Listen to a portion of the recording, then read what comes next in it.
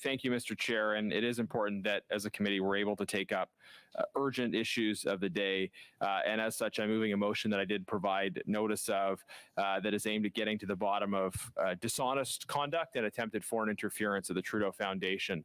So the motion is as follows.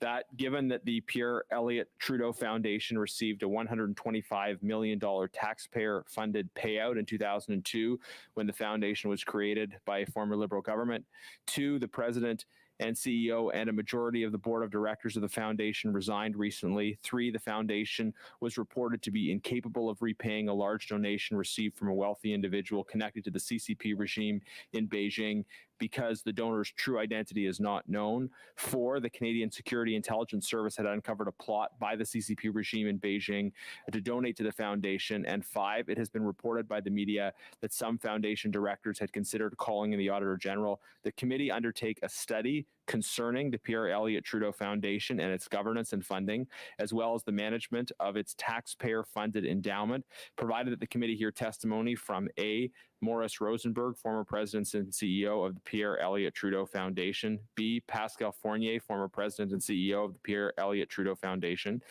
C, the Auditor General of Canada, D, the Minister of National Revenue, E, the Minister of Innovation, Science and Industry, F, Bob Hamilton, the Commissioner and Chief Executive Officer of the Canada Revenue Agency, G, Sharmila Kaur, Director General of the Canada Revenue Agency's Charities Directorate, and H, other witnesses as deemed necessary by the committee. So, Mr. Chair, as you know, Conservatives have been working hard to get to the bottom of the serious problem of CCP interference in Canadian democracy. It is becoming clear that there was, from the beginning, a concerted effort by the Xi Jinping regime to co-opt and shape the direction of this Liberal government, and that those efforts targeted Justin Trudeau even before he took office. It could be in certain cases that there are influence efforts which are rebuffed by the intended target. But in this case, it is becoming clear that the Prime Minister and those around him were aware of this attempted interference and accepted it because they benefited from it. They benefited from it in the form of dollars for a family foundation and in the form of electoral support. This is an urgent issue because Canadians and because their representatives on this side of the House are deeply concerned about threats to Canadian sovereignty, about the reality that hostile foreign actors with interests contrary to Canada are trying to capture our leaders and subvert our institutions. In response to these pressing concerns about foreign state-backed interference and threats to our national security and our sovereignty, Liberals have been desperate to bury the story. They and their proxies have attacked journalists, attacked CSIS, attacked the opposition, stonewalled studies through extended filibusters at various committees, and refused to answer basic questions during committee appearances. Conservatives continue to push, as we have from the beginning, for a full public inquiry into foreign interference and an inquiry led by someone who is truly independent of the government and of the organizations implicated in this scandal. So my motion today is about the role of the Trudeau Foundation in attempts by the CCP to interfere in Canadian democracy. The role of the Trudeau Foundation in this scandal is particularly important. As soon as a Prime Minister also named Trudeau took office, foreign donations to the foundation skyrocketed. It does not take a Trudeau Foundation scholar to figure out that there was some relationship, at least in the minds of these foreign donors, between the foundation and the Prime Minister, such that they had a reason to donate to the foundation after 2015 that they did not have before 2015. Again, you don't have to be a rocket scientist to figure that out. In fact, Le Devoir has reported recently that the Trudeau Foundation began actively soliciting these foreign donations. Again, they can't have been ignorant about the implications of having a Trudeau Prime Minister and soliciting money from foreign donors for this family foundation, who also wanted to have an influence over the direction of the Canadian government. This was quite obvious and was, in fact, the subject of repeated questions by our party in question period in the early days after 2015. These questions were blown off by Liberals at the time, who continued to praise and defend the Trudeau Foundation. But since that time, the leadership of the Trudeau Foundation has faced further scrutiny, promised to return a donation to a CCP insider, claimed that they had returned the donation, failed to return the donation, and then resigned en masse. Through these events, there has been a great deal of bluster from senior Liberals who want to blame the media and blame Conservatives for the problems of the Trudeau Foundation and the Trudeau government. In response to some of this misinformation, it's important to put the facts on the record about the Trudeau Foundation. So the Trudeau Foundation is not a normal charity. It is defined in law as a government institution. The Access to Information Act and the Privacy Act define the Trudeau Foundation as a government institution. In fact, the Trudeau Foundation's privacy policy says as much on its website. The Federal Accountability Act also specifically named the Trudeau Foundation and empower the Auditor General to follow the money that it spends. Importantly, though, the Trudeau Foundation was not directly set up by government. It was created as a family foundation with a preferred position in governance given to members of the Trudeau family, including the current Prime Minister. It was a family foundation that was subsequently turned into a government institution through the injection of $125 million of taxpayers' money. Regardless of the merits of its work, this is an extremely odd governance structure for any organization. You have a family foundation that is a registered charity, but that also has many of the characteristics of a crown corporation, insofar as it has been heavily subsidized and insofar as it is defined as a government institution in various statutes. In effect, it has the freedom of a private charitable organization while benefiting from the Prime Minister's name and the taxpayers' money, even while members of his family continue to shape its future. Now, Liberals have claimed that this Frankenstein had bipartisan support, but that does not appear to be the case based on my review of Hansard. John Williams, and a former chair of this committee actually, said in the House on May 19, 2022, when the appropriations for the Trudeau Foundation were being discussed, quote, "Mr. Speaker, could the President of the Treasury Board confirm that the bill is in its usual form for an appropriations bill and that the $125 million donation to the Pierre Trudeau Foundation and opposed by the opposition is actually in order," end of quote. So on the governance structure specifically, the governance of the Trudeau Foundation is invested in the foundation's membership, which in turn selects the board of directors. These are clear facts, and you can find them on page 53 of the foundation's latest annual report. There are 30 members of the foundation. 6 out of 30 seats are set aside for members appointed by the Minister of Industry, and 3 are reserved for, quote, liquidators of the succession of the late Right Honorable Pierre Elliott Trudeau, effectively members of the Trudeau family or family appointees.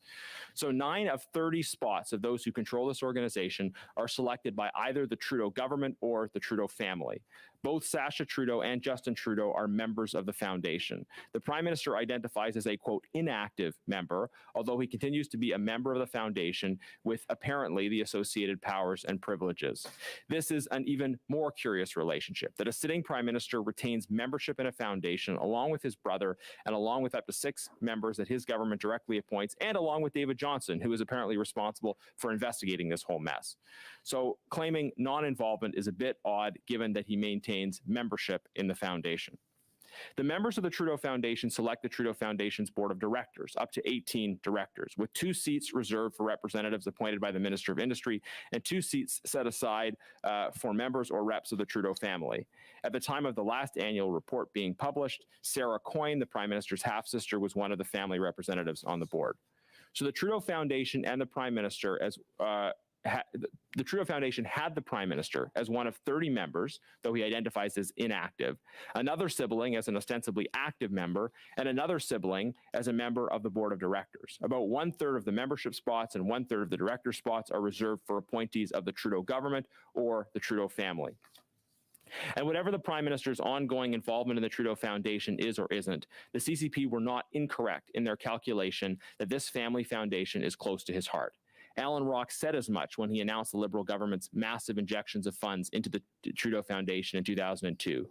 He said, quote, "Two people deserve particular credit. Without Sacha and Justin Trudeau's determination, idealism, and yes, their father's famous stubbornness, today's announcement would simply not have been possible." Liberals like Alan Rock know that the Trudeau Foundation is close to the Prime Minister's heart and subject to his potential influence. That reality is evident from even a cursory review of the Trudeau Foundation's governing documents. So when today Liberals like Alan Rock whine about how we shouldn't criticize a charity, they are being highly misleading and they know it. Government institutions like the Trudeau Foundation should be held accountable by parliamentary committees. The Trudeau Foundation was supported by Alan Rock and others to be able to use taxpayers' money, and they were created to simultaneously be subject to the ongoing influence of the Liberal establishment and the Trudeau family. When the good book says to build your foundation upon a rock, it wasn't referring to Alan Rock. Unfortunately, the governance of this foundation is not on anything solid, but on the shifting sands of politics and of the preferences of the Trudeau family. Now, the Trudeau family has rightly been subject to significant criticism over the fact that they cashed checks from foreign entities that were clearly trying to use those donations to curry favor with the government of Canada. It appears now that they solicited these donations from foreign sources. Further, it is now very clear that the Trudeau Foundation lied to Canadians about its decision to return a donation. On March 1st, the Trudeau Foundation issued a statement which includes the following. The Pierre Elliott Trudeau Foundation has learned in recent days through the media that there was a potential connection between the Chinese government and the 2016 pledge of $200,000 to be received by the foundation. In light of these recent allegations, the foundation has refunded to the donor all amounts received with respect to the donation pledge. So on March 1st, the claim was made past tense that the foundation has refunded to the donor all amounts received with respect to the donation pledge. It does not say they were thinking about or planning to or intending to. They said the foundation has refunded to the donor. That was a lie. The statement did not say that they were intending to. They said that they had. And they didn't. And this failure contributed to the governance crisis that we have since seen at the Trudeau Foundation. This government and this Trudeau family institution were subject to a sustained campaign of foreign interference. They accepted the money and then lied about when they were returning it. Now, the Trudeau Foundation has now asked the Auditor General to investigate, and we need a thorough investigation by the House of Commons Audit Committee of where the money went and what governance problems at this government institution led us to that point. That's why we have put forward this motion, and it is squarely within this committee's mandate as the committee responsible for the audit function of Parliament to study this issue, to understand what auditing processes were involved, could be involved, to look at the appropriateness of a CRA audit, as well as a review by the Auditor General, things that, of course, we support, along with a fully independent public inquiry into the whole mess. This government has commissioned two different people to investigate the foreign interference issue, Morris Rosenberg and David Johnson, both from the Trudeau Foundation. Liberals should not investigate Liberals, and Trudeau Foundation members and directors should not be investigating the Trudeau Foundation. Honestly, Mr. Chair, sometimes this government behaves as if this country only had a dozen families in it. They keep recycling the same people who are part of the same well-connected Laurentian insider circles from the same families related to themselves who have served them in the past. Trudeau Foundation members investigating foreign interference, Dominic LeBlanc's sister as ethics commissioner, I could go on. In this massive country of almost 40 million people with immigrants from all corners of the world, they nonetheless keep recycling the same insiders from the same insider families. This Liberal government is a government for their friends, for the connected corporate insiders who work for McKinsey and volunteer at the Trudeau Foundation. If you were born into or if you married into one of the 30 or 40 families that hold the cards, then no problem. You get the government contracts, the foreign donations, the ethical cover, whatever it is you're looking for. But I say this is a big country, and let's act like it. Let's have proper parliamentary oversight. Let's call in the truly independent actors to get to the bottom of this ethical mess, get to the bottom of this corruption that is undermining trust in our institutions. Conservatives would never dream of even trying a thing like this. Can you imagine if Conservatives started a Stephen Harper Foundation, put all of Stephen Harper's heirs into leadership positions in the organization, and then pumped $125 million of taxpayers into that foundation? Can you imagine the extent to which Liberals would lose their mind over such an arrangement? But Conservatives would never do such a thing because we will stand with the common people. Liberals like Alan Rock, Jerry Butts, and Justin Trudeau do not want to see powerful people and institutions held accountable. It's clear from their comments. But Conservatives will continue to speak truth to power on behalf of the common people, and we hope that other opposition parties will support us in passing this motion and helping us get to the bottom of this mess. Thank you. Thank you, Mr. Genuis. Are there any other comments on Mr. Genuis's motion, which is before this committee? Mr. McCauley? Thanks. Let me just say to our witnesses, it is not my intention to keep you here any longer than absolutely necessary if this goes on, but I'm just not sure how this is going to unroll. So I appreciate your patience and I thank you in advance. So I'm going to have to ask you to sit through this for a little bit, but if way or the other, I'll let you know. Mr. McCauley, you have the floor. Yeah, sorry, just want to offer up a couple of small items for amendments to the original motion. And I'll provide my written notes to you to make it easier. Just on number 5, replacing the first part of the sentence instead of "it has been reported by the media," replace that with "the foundation wrote to the Auditor General to investigate donations from a wealthy individual connected to the CCP regime," and then just change H to read, instead of "other witnesses that deemed necessary," change that to Edward Johnson, Bruce McNiven, and Peter Salas from the Board of Directors of the Pierre Elliott Trudeau Foundation, and then I, other witnesses deemed necessary by the committee. Thank you. You'll send those to the clerk. We'll consider those in a few minutes. Mr. Desjardins, you have the floor. Thank you very much, Mr. Chair. And I do want to thank my colleague for presenting this motion. I think it's an important motion, and I think that it's in line and spirit with what many Canadians would expect from this committee. And so I do think that it's an important piece of a very important motion that I think members of this committee should take seriously. The parts I don't necessarily agree with within the motion are related to some of just the intent of the motion. So it's my understanding that the Auditor General's office is in receipt of a request from the Trudeau Foundation itself to audit them.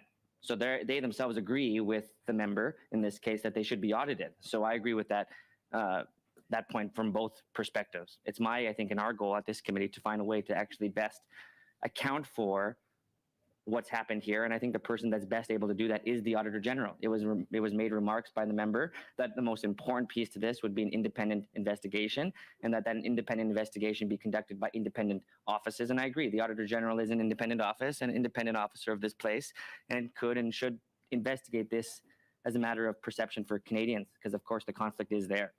I don't think, however, that members of this committee should undertake a study that would involve many of these members when the Auditor General has the tools and capacity to do that work. We have many things to do in this committee, and I think that this piece of this motion is best served by this committee if we can find a way to come to a consensus, would be my hope, of all parliamentarians here, to actually agree that we have the Auditor General do this investigation. Many of the aspects contained within the motion, however, I don't feel necessary if we're trying to find a way to have the independent piece to this accountable. And so I would suggest that we find a way to create either an amendment or a process that would clarify, one, the willingness of this committee to see the Auditor General conduct an investigation, two, do it in a way that's transparent and independent, and then three, come back to that report, because we always study reports of the Auditor General. And so I would await the report from the Auditor General so that we can actually conduct that investigation properly into the goals of this committee.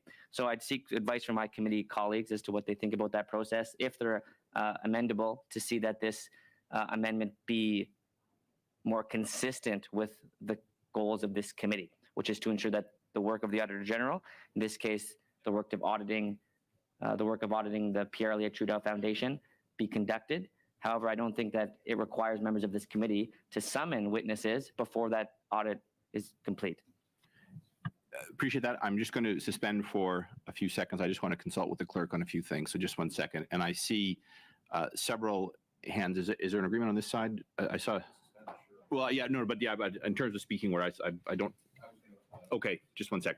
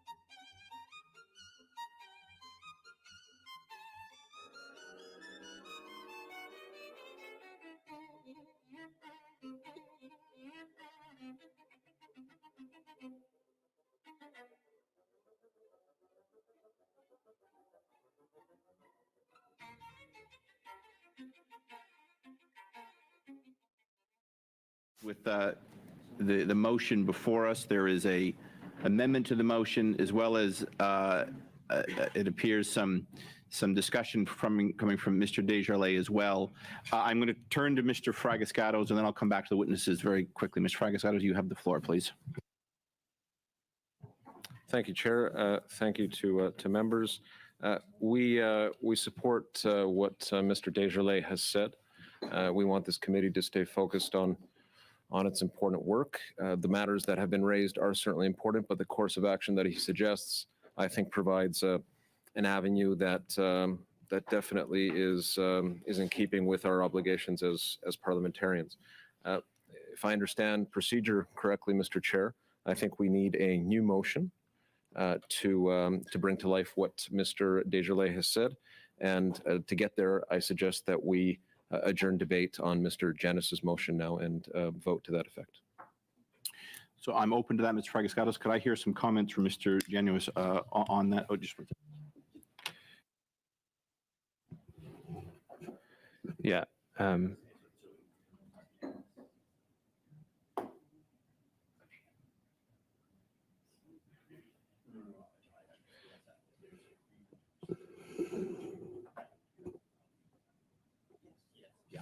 Yeah. So yes, Mr. Fragascatos, and then I'll clarify in the I thinking. move to adjourn debate on Mr. Janis's motion. Just 1 second. Sorry, he didn't have the floor when he moved it. Right. Yeah. Well, that's it. Yeah. So we're on the amendment to Mr. Janis. We're on Mr. McCauley's amendment to Mr. Janis's motion. And my understanding is this would require, if we want to short circuit the way you're suggesting, which I want to seek, if there's agreement on this side, it will require unanimous consent.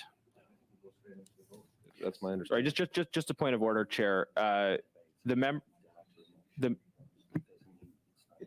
Chair, yeah, just point of order. A member who has the floor can move a motion to adjourn debate. Right. However, Mr. Fragascatos finished. You said you were going to go to me. And then you consulted with the clerk. All so right. I'm going to hear from Mr. Janis first. But when Mr. Fragascatos has the floor, he's right. He's welcome to move a adjournment of debate motion at that point. So let me make my comments, and then let me make his comment, and I'll come right back. and then you'll have the floor. So I just want to say, I think we're talking about two different things. We're talking about the Auditor General being asked to look at the issue. Mr. Chair, when a member moves a dilatory motion, there shouldn't be any time for debate. We're not debating a dilatory motion. He didn't have the floor, Mr. Sadhu, and thanks for paying attention. Mr. Fragascatos, I did come back to you out of courtesy, and I'd like to hear from Mr. Janis as a courtesy, and then I'm going to come right back to you, and you can move it very quickly. All right, so go ahead, Mr. Janis. So we're talking about two different things. We're talking about this committee doing a study, and we're talking about asking the Auditor General to do an audit of the Trudeau Foundation. Now, we are in favor of both of those things happening.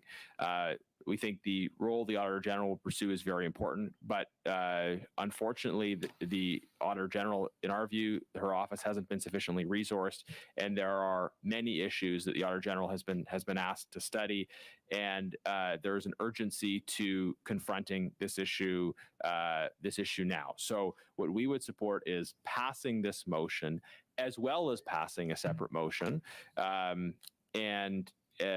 and so I think in terms of the idea of a separate motion that asks the Auditor General to do that investigation, I think that would be a separate motion. We would vote in favor of that motion. But what we're asking today is for this committee to conduct a study on an urgent basis in a timeline that will allow the public to have some degree of satisfaction in terms of what's going on. That's why we think it's important to adopt this motion, as well as to consider a separate motion. Thank you, Mr. Janis. Mr. Fragascatos. We adjourn debate on Mr. Janis's motion. Clerk, could you call that, please? Mr. Janis. No. Mr. Cram. No. Mr. McCauley. No, thank you. Madame Sinclair de Gagny. Ça clignote, excusez. Non. Monsieur Desjardins. Yes. Ms. Bradford. Yes. Fragascatos. Yes. Ms. Shanahan. Yes. Mr. Sidhu. Yes. Ms. Yip. Yes.